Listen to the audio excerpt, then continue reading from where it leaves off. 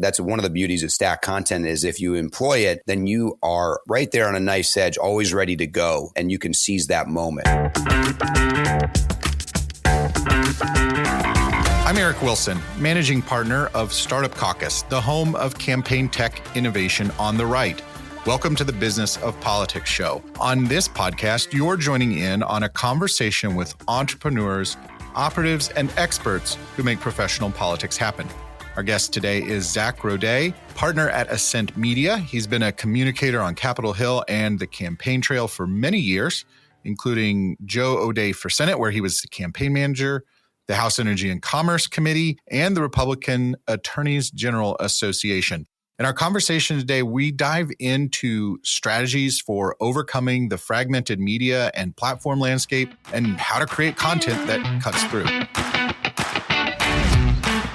Zack, one of the biggest challenges confronting anyone trying to advance an agenda in 2024, whether that's campaigns or advocacy groups, is that fragmented media and platform landscape, where voters are spending more of their time consuming media and information across so many devices and channels, some of which we are able to reach them on, some of them we're not. What effect does that have on communicating with voters during a campaign? Well, it's a profound effect. Frankly, it's everything. I don't even think it's the difference between winning and losing. If you can't overcome it, you might as well not take the field. I mean, it's that vital. Axios had a really good story this week that probably crystallizes how fragmented it is. It was titled Shards of Glass and kind of broke out the electorate or a target audience. It doesn't matter if it's a campaign or an advocacy effort into 12 groups. And frankly, that should not have been a surprise to anybody that's in our business, that anyone that communicates, that tries to persuade. Frankly, some of them were funny, how the Musketeers and New Age grandmas made me laugh, but none of them should have been a new topic for us. And in fact, I think they left a few out.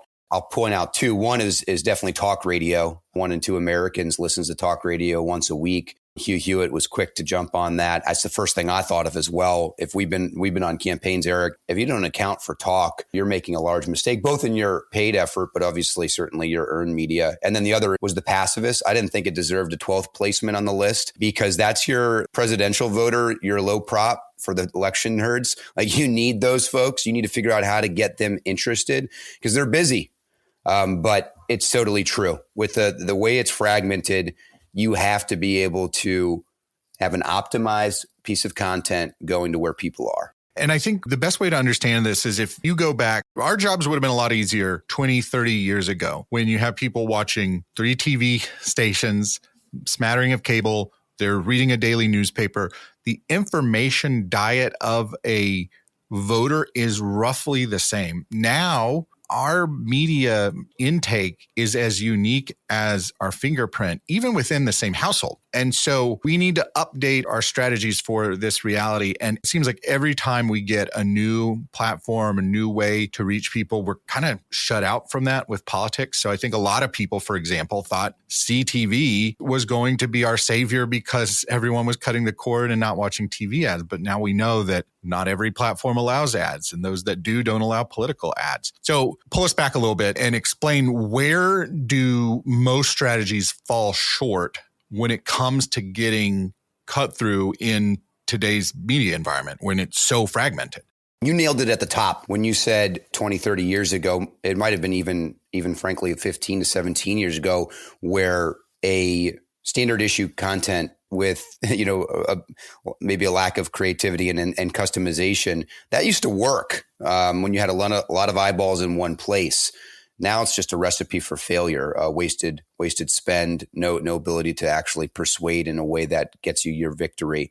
And so as an agency, Ascent, where I work, is an agency that specializes in content, both in the creation of content and then how we message it. And so you have to have incredible discipline to execute relentlessly toward your goal. And the content, how it's delivered, if it's stale and it drives no emotion, it makes no connection to an audience, then you have no shot. And so it's cliche to stay on message. And to an extent, you do need to do that in the right forum. But the message landscape changes by the second now, and you need to change your messaging to where your audience is moving. That's really important, but there's still a consistency element. And that's the through line of a brand. People sniff out when you're not authentic right away. They have a great radar for it. So the brand should be something that is repetitive and adds some flavor, of course, but it's, your message, it's going to have to change to where people are, delivered to them where they are. And the content has to be really sharp and bold. Yeah. And it really highlights the challenge of if you're not evolving with this new delivery and distribution, you're really just missing out. And so this idea that, you could drive a message with a single TV ad is just so outdated, and it does have to be in conjunction. And so one of the strategies that you and your team have developed is called stacked content, which I really like the name of that and how you lay it out. So give our listeners a preview of what that means in terms of an overall strategy. For sure. Well, Liesl Hickey, founding partner at Ascent, we're always talking about this vertical or that vertical, and your talent, the employees are your power, your specialty, and we have such talented creators and communicators are just thinking about, well, let's just stack our content. These are things that we already do in this field. But let me get first to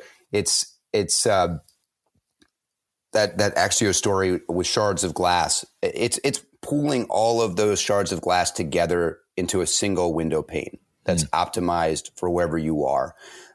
Because content's only effective when it's seen, because that's the only chance you have an opportunity to make an impression and then obviously force that action, whether it's a vote on a bill, if you're a lawmaker, or a vote for an elected official or whatever. And so you have to be able to punch through the fragmented environment. And what it looks like in practice is taking concepts that we all know in our industry: owned media. So your editorial control, your blogs, your social, and any kind of communication that you are the editor for. That's your own media.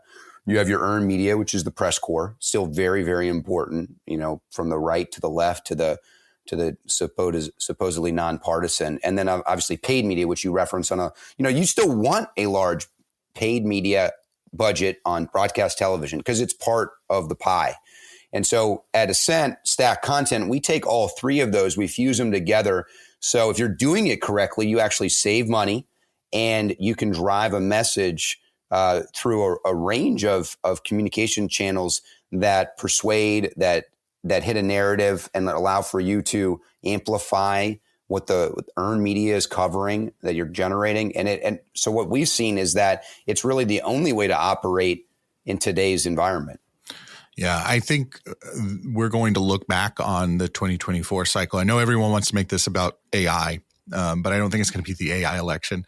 But we're going to look back, and the most effective campaigns are going to be the ones that were able to rebundle all of this attention that has fragmented and separated. So just like you're saying, put all those broken panes of glass back together so you get that unified picture. Give our listeners an example of stacked content in practice.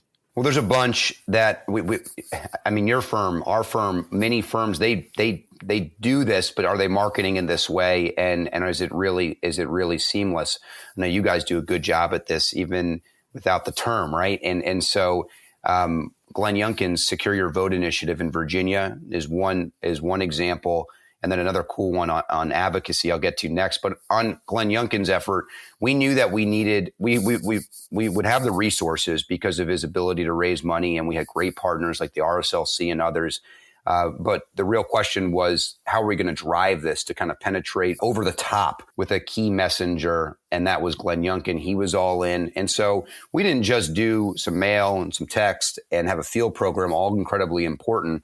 We added the stack content approach to it where we were everywhere. And it really mattered. I mean, I remember a first poll that came out in the summer, and the awareness around the absentee and early vote program that Republicans were driving. It had a name ID awareness above 50%. The Democrats were in the single digits to maybe even teens. It was really pretty profound that folks had a recognition of what our effort was. And in a state like Virginia, in the Commonwealth of Virginia, the margins are so tight and you're running up a hill. We had to do this. And so we got a ton of earned media because we put the governor out there We were using his own media channels to drive news coverage and to drive a conversation. And of course, we were doing really smart tactical buys. So your paid media with him as a central figure in it. And so that was really exciting. But as you know, newsmakers make news. And so it's a bit easier with a Glenn Youngkin. Right. Well, and you'll remember we did the survey, post-election survey through the Center for Campaign Innovation in Virginia. And we saw that because the governor asked me to was one of the reasons that popped out for people adopting an early voting practice in Virginia. So you did see it work. So it's not just creating your message in a bunch of different places and formats. It's the coordination across silos. So it's a consistent message. Is that starting to get at what stacked content is and how it should work? That's exactly right. That's right. I mean, another example in advocacy where I think this is really where stacked content comes into play. I was alluding to it before, like Glenn Youngkin's a newsmaker. He speaks, there's news that happens. If he does a paid message, he's known. He's got an almost 100% name ID in the Commonwealth. The electorate listens. You really make this special when you're going into a really tough issue terrain like drug pricing. There was HR 3 was on the Hill. I think it was in 2019, not to date this, but it just shows you how relevant it is. And it's even more so. And so we did a video blog series. It was a 6-part series for a C4. It was called So Here's the Good News. Used some really well-known tax experts, Grover Norquist and Ryan Ellis. We did it at a location well-known on Capitol Hill in Washington, D.C. called Bull Feathers. And we broke down really tough policies that the House Democrats under then Speaker Nancy Pelosi were pushing. And we made it fun and we made it digestible. And I was on the committee that oversaw some of this at the time in Congress at House Energy and Commerce. And it was just a really creative way to break down tough policies. And in this case, they're trying to get a bipartisan vote against HR 3, which was a signature legislation from Nancy Pelosi. And three Democrats flipped their votes previously. And so it worked. I mean, Slate and other left-leaning publications praised the advocacy effort because it was different. Busy audience, Capitol Hill, all those folks that work there. And it wasn't a boring white paper with a tip sheet reference. It was instead really optimized content on Instagram Reels and in people's faces and making it really difficult for their bosses to vote for something that had a salient message attached to it. And so that was a combination of a really light paid media effort, a great owned media effort that drove a ton of earned and ultimately flipped 3 votes. Yeah, that's a great spot. It's really fun to watch. You're listening to the Business of Politics show. I'm speaking with Zack Roday from Ascent Media about stacked content and how you get cut through in today's fragmented media landscape. Zack, what does someone need to know if they want to embrace this strategy? So you've convinced them, they're ready to put in practice. What changes about their approach? Well, I mean, you've referenced it right there. You have to get buy-in from the decision maker, the person with the budget sign-off authority, and then you have to be intentional. You have to plan some more, because when you identify an opportunity in the news terrain, you need to fly. Being first beats being the best.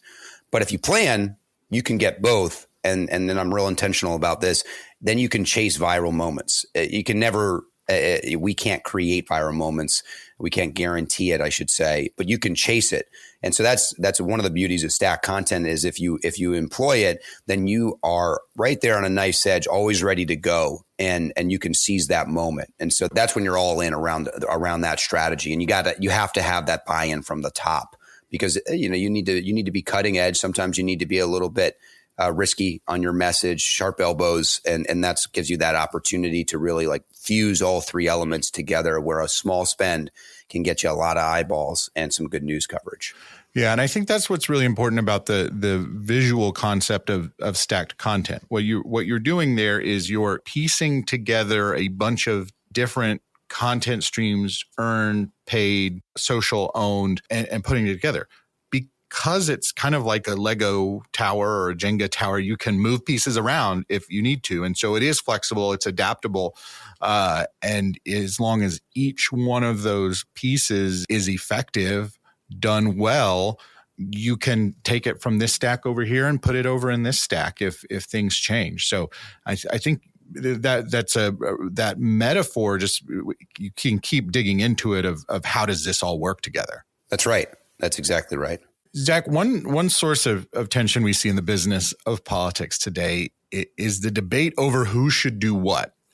And, for example, should the TV ad buying agency buy CTV, or is that the digital agency's purview is one such debate. How does stacked content come together across the multiple functions or teams on a campaign? That is the key element. You have to have good leadership and a bit of a chain of command. I'd say it like this. The reason it worked so well with Governor Youngkin is there was a clear central command structure, a convening force. It helped us on Secure Your Vote in a tremendous way. It also helped us in our messaging around crime and safety in the economy, and in particular abortion, which I know you referenced in your recent podcast on Virginia's seminar. So, but back to Governor Youngkin, I mean, we worked with the RSLC. We worked with a ton of third-party groups. We worked with the House of Delegate political leadership and the state Senate political leadership. None of us were in the same place, physically. We were all over the place. And we weren't working on a governor's campaign. We were working on at least a dozen races in the Virginia General Assembly across the House and the Senate, and sometimes surging up to a dozen and a half. So a lot of different focuses. We had media consultants and we had communications consultants. Everybody was in a different space, and we were not at one firm. And really having that central command allowed us to be so effective when a false story came out on abortion, or if we saw something popping up on Secure Your Vote, which, frankly, because of how aggressive we were across the board, there was great buy-in from the grassroots all the way up to Sean Hannity, Laura Ingraham. Like, we had great buy-in across the spectrum, and it really came down to having the governor leading on it as the convener and a really good team, central command. And then I think if you have that, then it can be successful regardless of how many different experts are in the room and people doing different jobs. It was certainly a good example of coordinated effort. The Democrats talk a lot about their coordinated campaign. And we don't use that language necessarily, but in order to do this effectively, in order to execute, you've got to make sure all the incentives are aligned. And so that's where having that one person in charge, the command and control, who can make sure the incentives are aligned, communicate that to everyone on the team. And I think that this only works, right, if it feels like everyone is working from the same cookbook with the same recipes. Otherwise, you start to get this kind of Frankenstein where there's a different logo on the mail, there's a different logo on the TV, there's a different logo on digital, and it's just like, this is not part of the same thing. So that's a really key insight of making sure that you have clear direction. This is not a strategy for committee approach. That's right. I mean, we were very collaborative, but we did have an ability to bring all the people together and then run together and move forward together. And it just wouldn't have been successful without it. And so there's definitely a model there. And it comes down to good leadership and a good central command. And if you're able to institute those two principles and elements into your plan, then you can be successful. Another challenge we face is the push to be data-driven on campaigns. And some tactics have clear metrics while others don't. And I think that can be a blessing and a curse sometimes. How do you measure the effectiveness of a stacked content strategy when you're going to have some that have clear metrics and some components that don't? In some of these spaces, certainly you can run analytics on your own channels and see where your growth is, what's performing the best. And so that's you constantly need to look at that. On the paid side, typically you're looking to see if your messages are moving voters in your next survey, or if there's good recall and a qualitative survey. And And so those are two elements in earned. I mean, there's certainly programs where you can see where your pickup was with our launch at Secure Your Vote Virginia. We were everywhere. I mean, local, state, national, we were everywhere. And so it had a huge earned media value. And we were booking the lieutenant governor and the attorney general, and of course the governor, and even legislative leaders on national radio and TV constantly. So there's a lot of ways to, of course, just observe and then assess if you're moving the ball, if you're all on message. But to me, it's somewhat intuitive and it's very, very simple. Like, are you saving money? Because if you're doing it right, you should be. Are you getting good earned media because of a light paid media spend? Did you grow your own media channels in this process? Instead of just spending a ton of money to grow your following, were you able to grow your own media channels because you were doing the earned and the paid mix so well, and then sprinkling in like real news coming from your social page? And so if you do it correctly, you can drive your message, you can build a brand, and you can do it at a cheaper cost, because you don't need, referencing the beginning of the conversation, you don't need to go and establish 60% name ID with a statewide TV buy. You can go and this is, if you're a bit established, you can go and you can actually go win arguments on a tactical level, deploying the strategy, and you don't have to use that huge spend at the start. Yeah. And I think this goes back to a topic we've discussed in the past on the show with macro metrics versus micro metrics. And if you are going to pursue a stack content strategy and try and overcome this media fragmentation, you want to measure results from a bunch of different domains. And so it's important to have, what is that North Star metric that we all agree on? In the case of early voting in Virginia, it was absentee ballot requests, right? So you can see the impact of that. So I think for our listeners who are thinking about embracing this approach, you've got to figure out what is that macro metric that is agnostic from any one channel or medium or platform that you were driving to. That's right. Yeah, that's right. I mean, you have...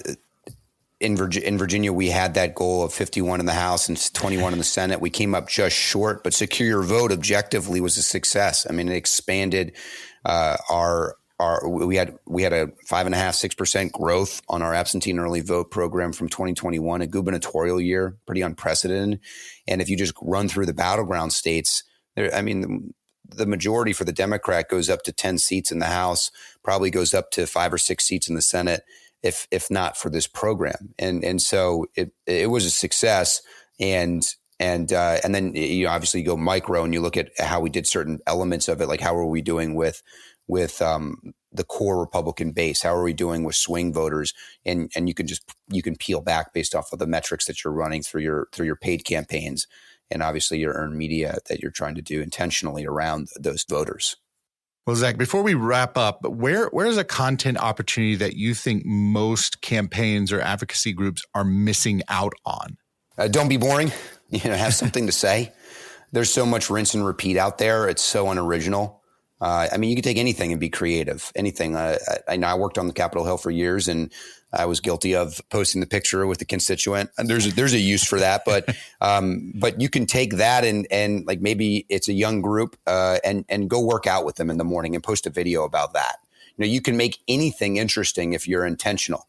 I liken it to comms because that is my background. That's my bread and butter. And when I first started out on Capitol Hill, it was hitting send and then walking away on a press release. That was the first piece of advice you got as a communicator. No. Pick up the phone, pick up the phone, call the reporter, call the stakeholder, call the influencer. We had them back then too, and work and put the effort in. And so in the fragmented media landscape, you have to level up. You have to do that. You can have a beautiful ad, great graphic treatment, wonderful sound design, but the story is the special element, the authentic, humanizing story. And you got to work to find those. And if you do your content, that's when it has the ability to really move people. And you can attach on these other elements to it. You can have an earned media plan around a really interesting story, and a really interesting paid ad that you create, and that should be the goal. That should be the goal, that you're hitting a high functioning level across all of these efforts, earn, paid, and own, so that they can reinforce one another and drive your message forward and hopefully get you to victory in whatever you're pursuing.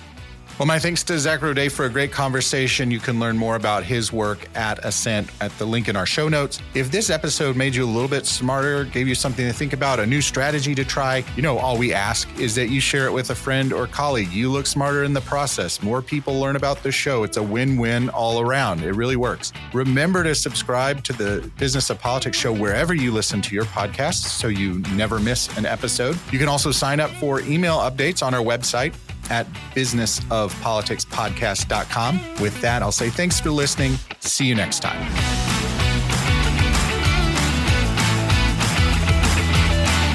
The Business of Politics show is produced by Advocacy Content Kitchen, a media production studio.